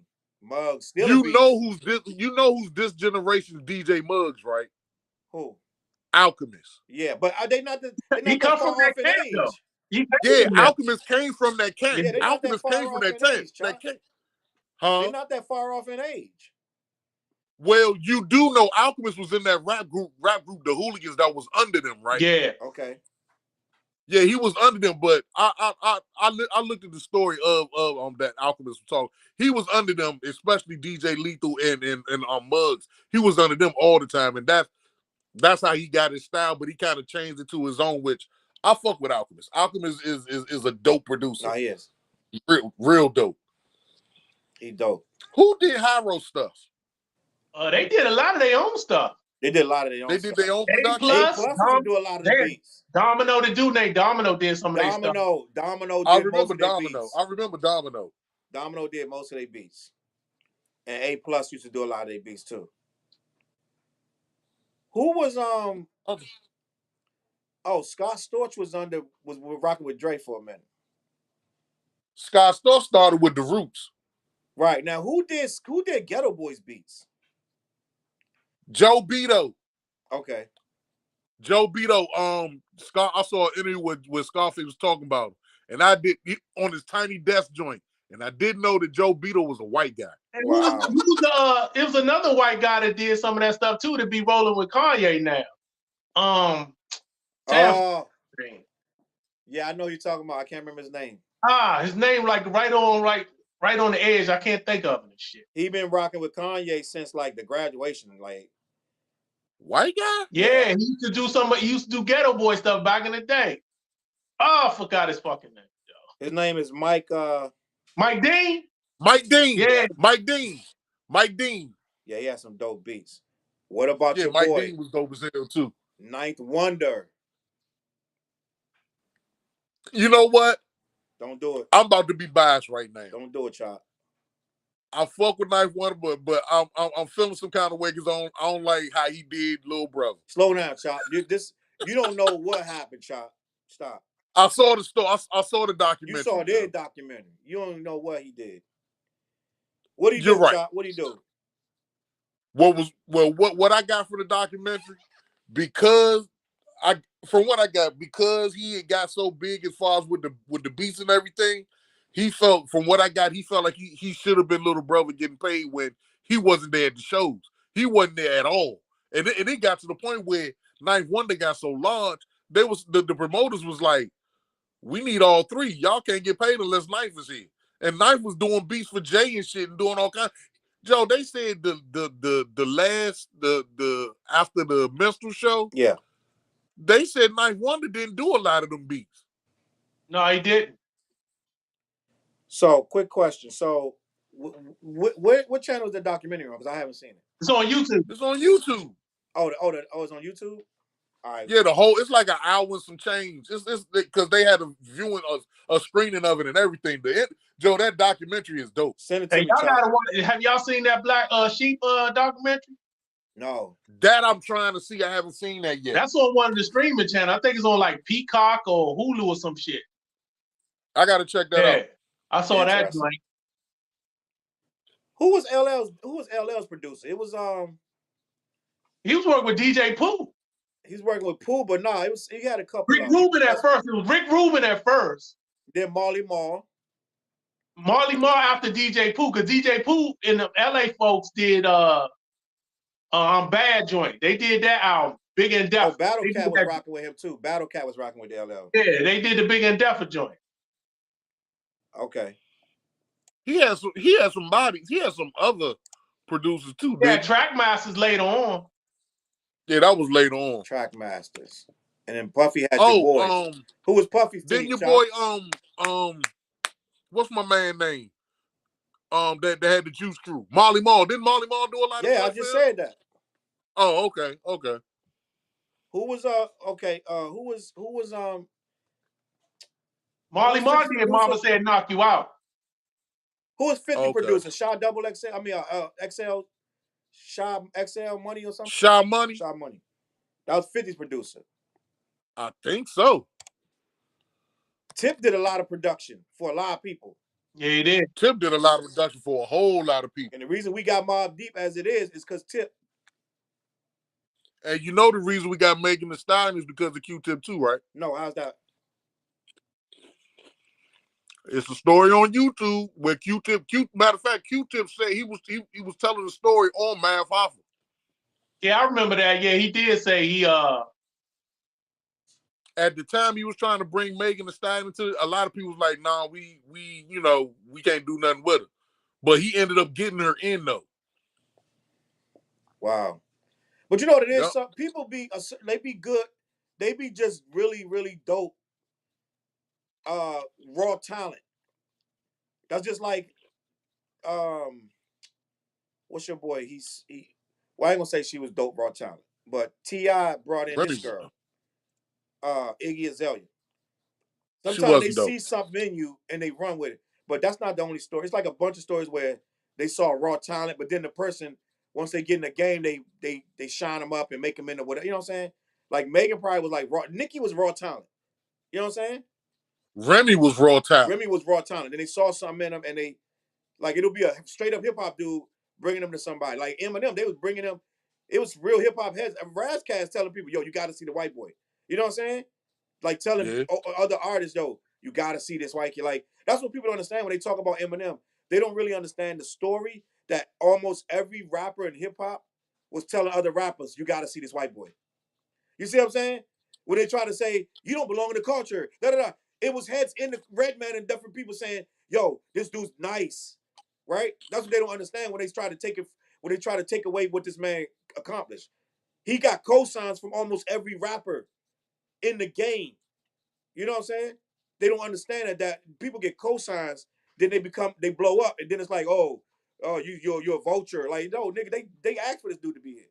You know what I'm saying? It's And weird. to this day, Eminem's best songs to me is I Don't Give a Fuck and Still Don't Give a Fuck. Still Don't Give a Fuck. He spazzed out on that joint. Yeah. Did you see what's trending today? What? That he lost to Lotto. Like, if you go on What?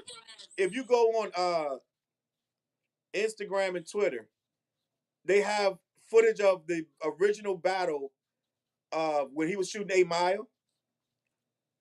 The black dude before the dude that he killed, one of the first dudes he beat. They was Oh, I always fucked with him. He was dope. they was always saying that he lost to him, but they pull up the footage of him rapping. That what this is from the movie, but it's like behind the scenes, and it's like they like Eminem lost to this dude, so now it's a whole debate right now. So it's funny. You gotta go see it. But Just Blaze, Yeah. One of my favorite, one of my top five. Jay Dilla, Yep. Top five. Mad Lib, Dope. Yep. No ID. I used to want No ID to produce me, boy. Slim. Oh Do my you know god. do you know that majority of the albums that have won Grammys or whatever, No ID hands has been on it? He did No most ID of did Mike. that. No, He did most of Killer Mike joint.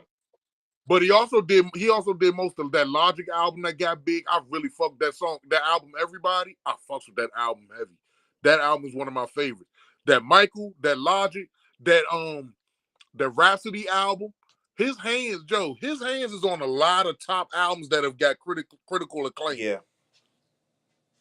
Yeah. Hit Boy. Oh, Hit Boy. Hey, did you know Hit Boy did an album with La Russell, right? Mm-mm. My boy La Russell from the Bay Area. Oh, I fucks with him. Yes. Yes. And RZA go without saying. Go without saying, RZA. Oh yeah, definitely. Go without saying Neptunes, Pharrell. It go without saying Pete Rock. It go without saying Timberland. Even though I don't like Pete Rock funny style ways now on social media. I wish some of these dudes never got social media, bro. I can't look at him the same. I can't take him serious no more. I follow Pete Rock, but I don't see much funny style stuff you was talking about. Because he don't do it every day, but when he does it, it's like, come on, Pete, you serious, bro? Like, come on, dog. Some of the stuff Pete Rock be saying be weird, bro. But anyway. Got Havoc back in the day. Did a lot of production too. Yeah. Yes, sir. Yes, sir. Yeah. And who was doing the beats for Slum Village? Jay Dilla. Jay Dilla. And then later on, I think it was Black Milk. Black Milk is another good producer too. Oh, yeah. Mm-hmm. TG said Hit Boy new joint. Have you heard that? What the joint Hit Boy got? He got another album coming out with Hit Boy and Alchemist again. Oh, that's dope. Who you Rhapsody. just talk about? You said he did a joint with some dude from the Bay. Who was that now?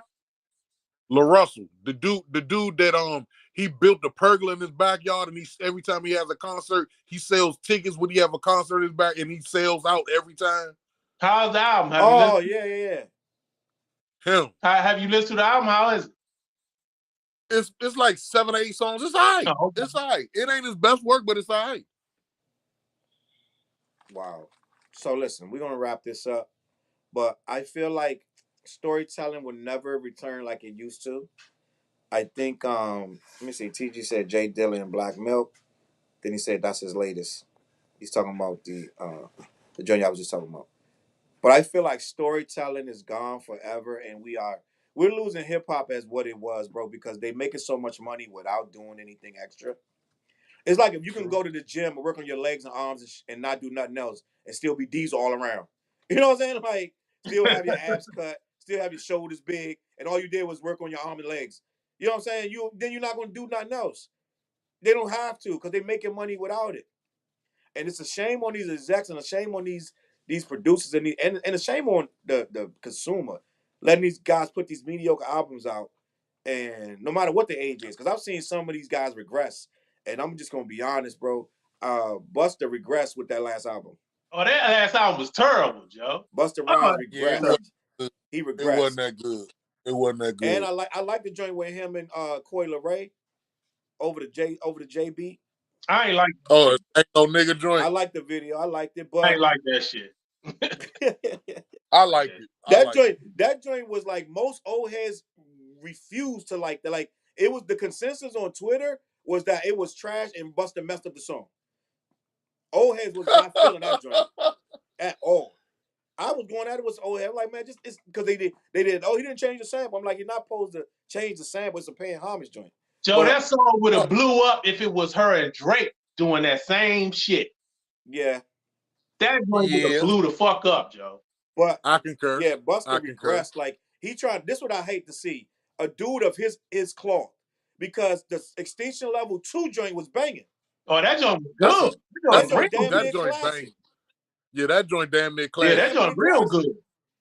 And then he came with this joint. Actually, no, what's the last joint name of this joint?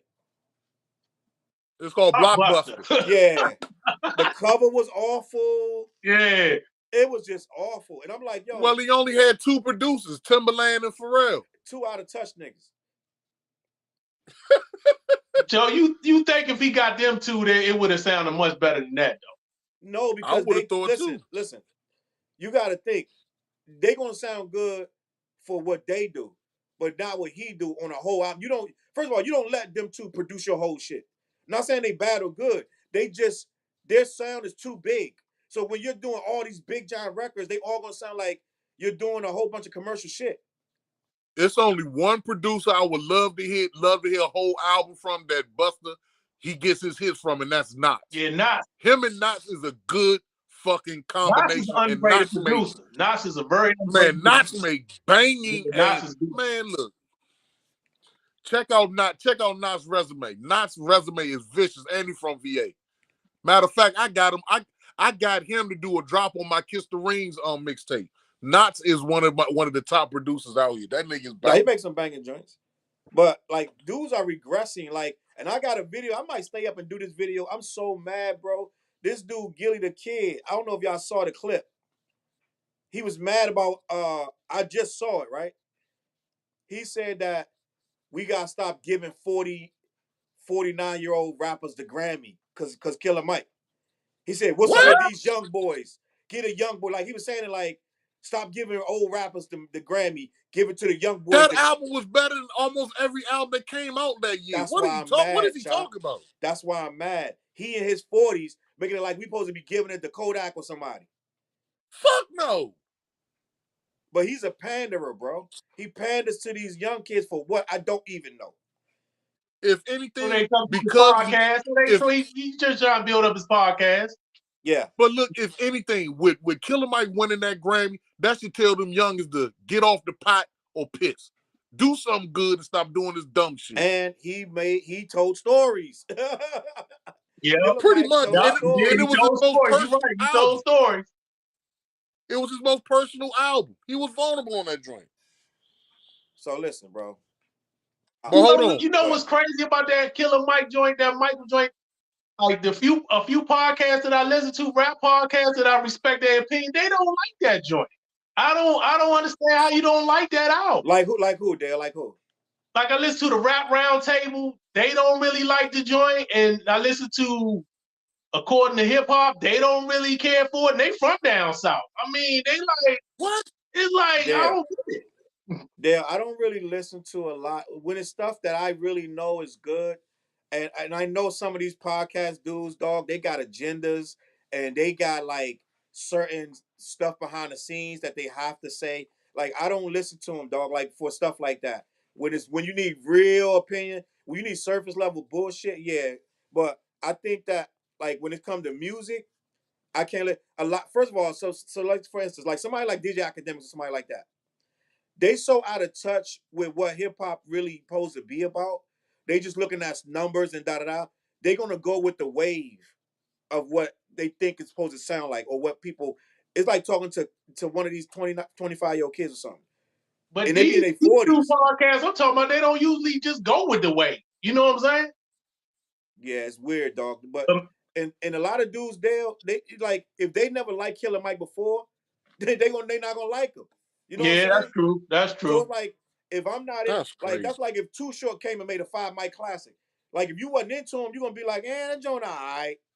You know what I'm saying? So it's like dudes that never really rock with him anyway, or rock with a substance album. Like I'm starting to learn a lot of dudes that should know that an album got substance. They don't be knowing that no more. They don't be like They don't. they don't be knowing what a good album is no more, bro.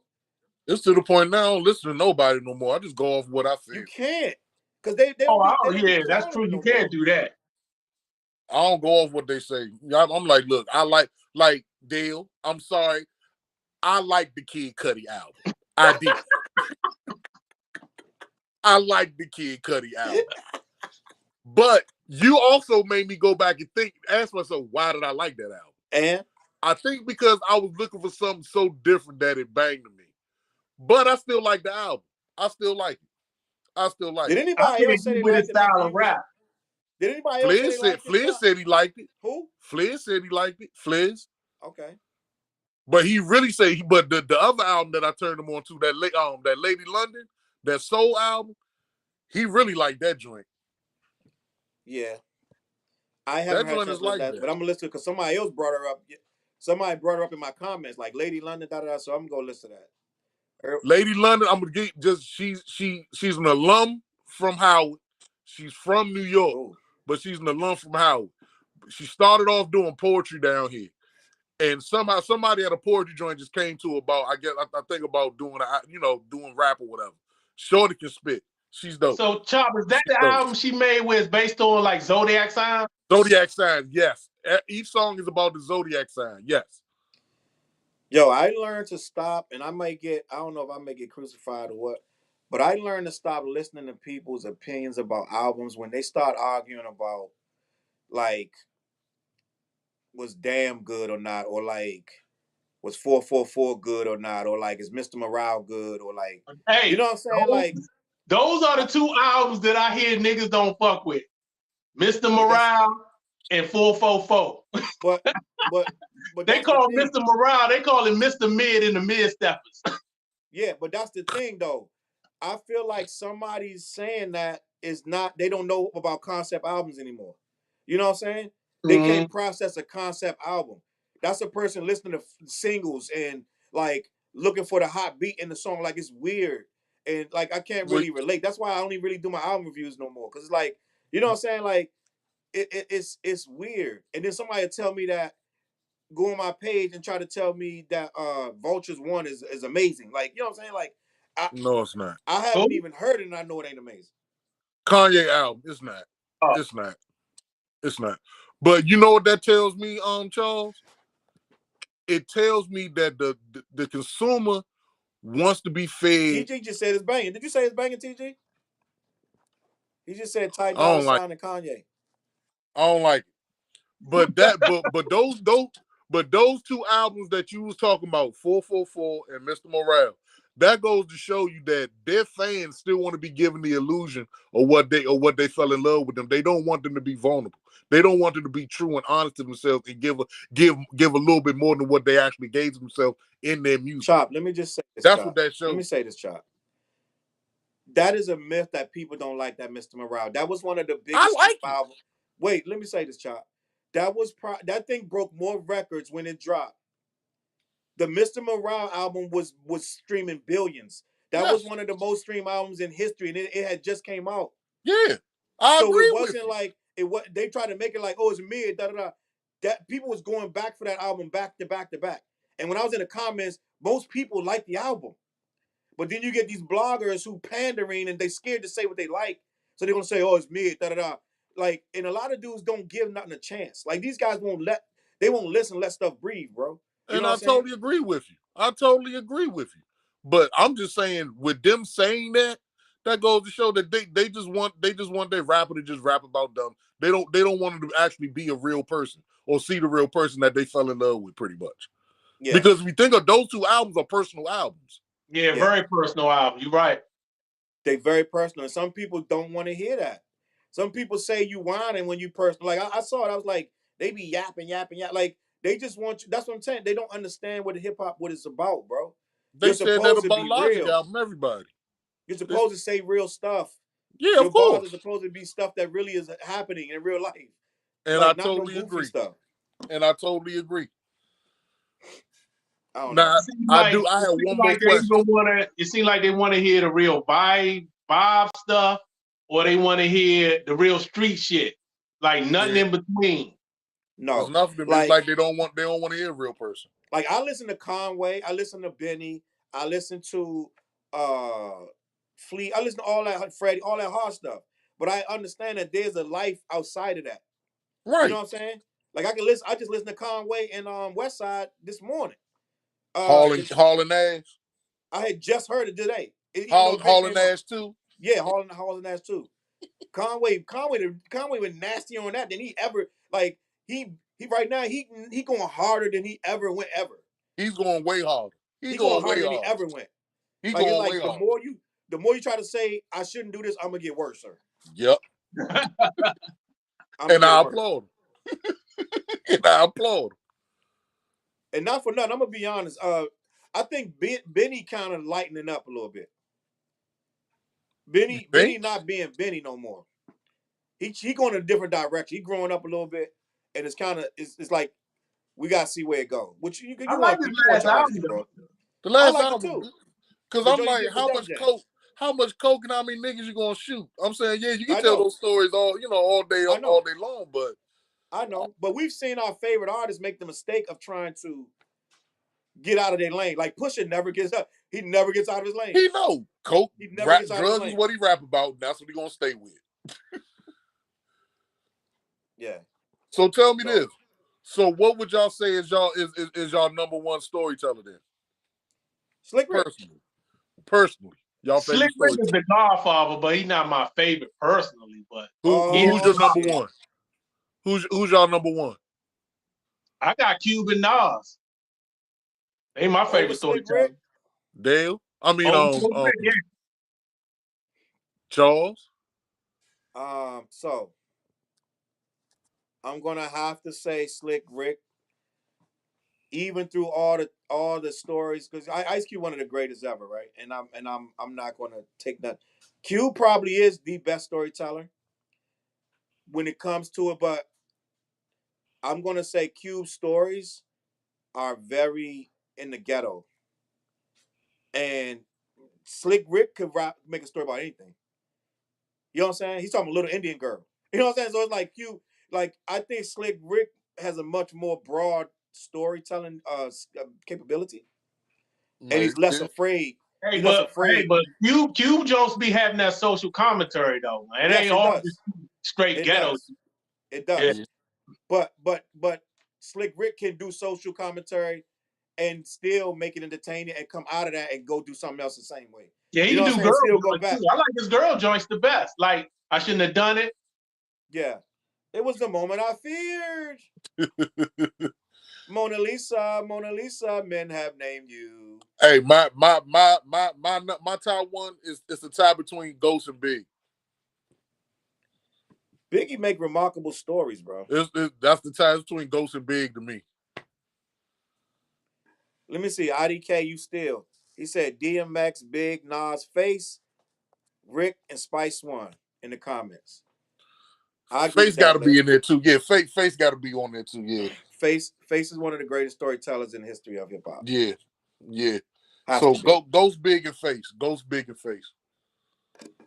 Yeah. So, I say I get it. Ice Cube ain't no joke, bro. But I'm gonna be honest. I would say Slick Rick stories have held up longer than Cube's to me. Because I can go back and listen to Slick Rick stuff, and I'm dancing and singing along with it. I'm like, yo, this shit is fine. And yeah, the Great Adventures of Slick Rick has held up it held up way better than anybody. A lot of these recent rappers. Anybody's stories. Cube stuff is mad specific, and you got to really be in a real mood for that. Like, you know what I'm saying? Like, and I ain't taking nothing away from Cube. Cube stuff is excellent. And it is what it is. But you gotta be like in a hard ass frame of mind, like, Speak yeah, for Joe. yourself. Yeah. And it's just like it's a whole thing. But yo, listen, we're gonna get out of here. We're gonna wrap it up. Speak for yourself. Anything y'all wanna add before we get out of here? Tell more stories, man. Be you know, give more of yourself than just this delusional shitty boy you in the club and shit. Come on, let's keep this shit interesting and good and one night. Fuck. I like to give a recommendation for an album folks might not be up on. They probably should get. His album came out last year in the fall. Mick Jenkins, The Patience. Ooh, yes. That's a good ass album. That was one of my favorite albums of last year. So if people ain't up on it, they should get that joint, listen to it. All right, I'm gonna listen to that, Dale. Yeah. Just because you said that. That album is banging.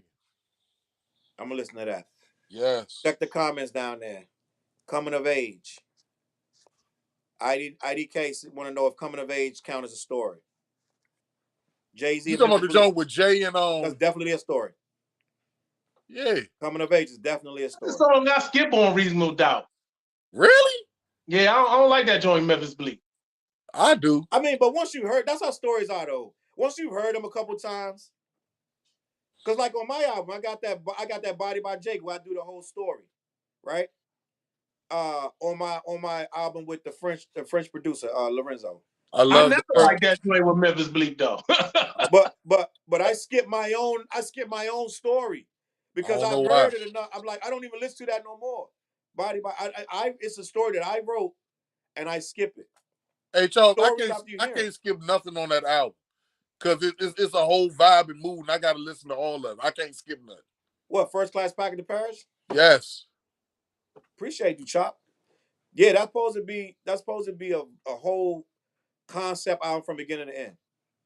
That's why I can't skip nothing. Everything goes together and it flows. That was one of my top albums from last year too. Oh, that's big.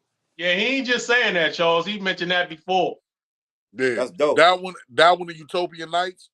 Oh, y'all! I sent y'all my list. I sent you my list of dope albums last year. Yeah. Whoever out there listening, go listen to Utopian Nights album. Yes. Yes. Yes. What's the name of this joint? Noble Savage. Noble Savage. And then go check out Challz and Lorenzo the Butcher. First Class Package to Paris. Please and me and Dale working on we great come out with Force Multiplies 2. Damn, part two. And I did some production on that Noble Savage album, that Utopian Night joint. So, and I salute you on it. I salute you on those beats. That was well good projects. Love them. Yeah, my Charles Brown, my Retold 1 and 2. Those are mostly all of those are stories. A lot of stories on them albums, on them 2 albums. Check that out. Listen, man, we gonna get out of here. We appreciate y'all watching. My man IDK say, what's them albums again? They retold. It's called Retold 1 and Retold Volume 2. And then the other one's called First Class Package to Paris. And what did we say the other one we was talking about? Noble Savage. Noble Savage, yeah. Utopian Nights, Noble Savage. Noble Savage, Utopian and Nights. Mick Jenkins. And Mick Jenkins. I'm gonna check also for your mixtape pleasure, check out DJ Chop the Butcher on SoundCloud. DJ Chop the Butcher. Chop. Chop, we need to link up and get you to do everybody a new mixtape with all our shit. Everybody. I got mad. Well, I was trying to download some buy y'all stuff. My Apple account is messing up, so I gotta buy y'all joints off of Apple again. All right, easy. Say less. Listen, we're gonna get out of here. I hope y'all enjoyed it, had a good time with us. This is not episode 4. This is actually episode 5 of Old Heads Only. And thanks for having me. Hope to be back. And you know what I've learned, Dale? We call this show Old Heads Only, but it be a lot of young people in the comments that be saying they enjoy the show. And they enjoy the stories. Yeah, getting that knowledge from the old heads. Yeah, so right. That's a beautiful thing, bro. I appreciate that all the young people that's watching and they go Google what we say and they go learn something and blah blah blah. We appreciate y'all in here. We ain't saying you can't watch if you ain't old head. Old head is a mentality, bro. Yep. You know how they say somebody's a young soul? Or an old soul, yeah. Or old soul is old soul. I'm sorry, old soul. I said young soul. An old soul. Because my daughter be listening to stuff from the 70s and 80s and 90s. You know what I'm saying? So it's like it depends on your soul and what you can deal with. Yep. But we gonna get out of here. Appreciate y'all in the comments. Appreciate y'all watching. We're gonna catch y'all next Monday night on Old Heads Only. Oh, Eddie K, he's from Detroit. He said peace from Detroit. Peace from Detroit. What up, Oh, D? What up, the D? damn, got some of my favorite rappers in Detroit. It's Yeah. so cold in the D. Hell yeah. Royce, Elzai, Bodie James. We named a Hey, bunch of boss. Detroit rappers. We Boss. named a bunch of Detroit rappers tonight. Boss, Yeah. one of my favorites. Yeah, bunch of Detroit rappers. All right, gang. I'm gonna catch y'all next week. All right. All right, y'all. Peace.